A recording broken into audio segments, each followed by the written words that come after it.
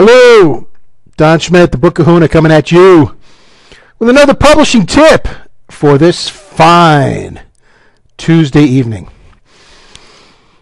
Today I'm talking about Chapter 6 of the classic book Think and Grow Rich by Napoleon Hill.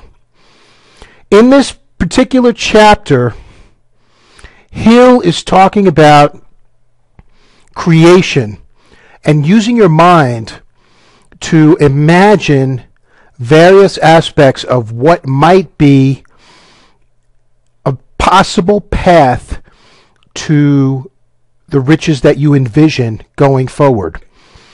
Now, he lays out basically the premise that there are two types of imagination. There is synthetic imagination. Now, synthetic imagination is basically taking bits and pieces of what's already there and putting it together and possibly coming up with something different, but a possible new way of doing something in an older profession or fashion. Now, the other type of imagination is creative imagination. Creative imagination is thinking about something that's never been conceived and putting it into a business environment so that you then reap the benefits of the riches that will come from coming up with something new that the public wants and buys or needs. He had two examples in this particular chapter. The one was the young clerk who took his whole life savings of $500 and used it to buy a kettle and a recipe with a paddle to stir the kettle from an old doctor who just wanted to retire, pay off his bills. This particular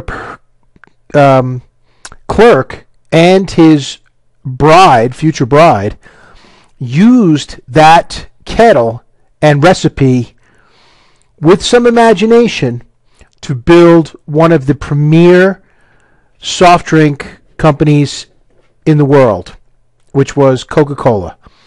Fortunes have spun off of Coke related to that initial fortune that was made by Asa Candler and his wife when they founded the company and started using the recipe and the kettle to make their product.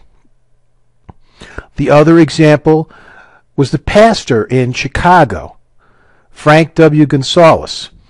Now, Pastor Frank had an idea that he could start a university where students would be given the basics of what they needed to survive in the world in 1937 or the 30s, the 20s, what they needed. And he knew that if he got $1 million, he could make this university fly. He could make it happen. But he had nowhere to turn to get this $1 million. What he ended up doing was putting together a sermon, a homily, that he delivered. And he actually forgot it when he left his house to go to church to do the service. It didn't matter because he spoke from the heart and he had such a burning desire to succeed in his mission of getting this $1 million that one of the parishioners who was there walked up to the pulpit and gave him or told him that the next day he could come to the office and get the $1 million.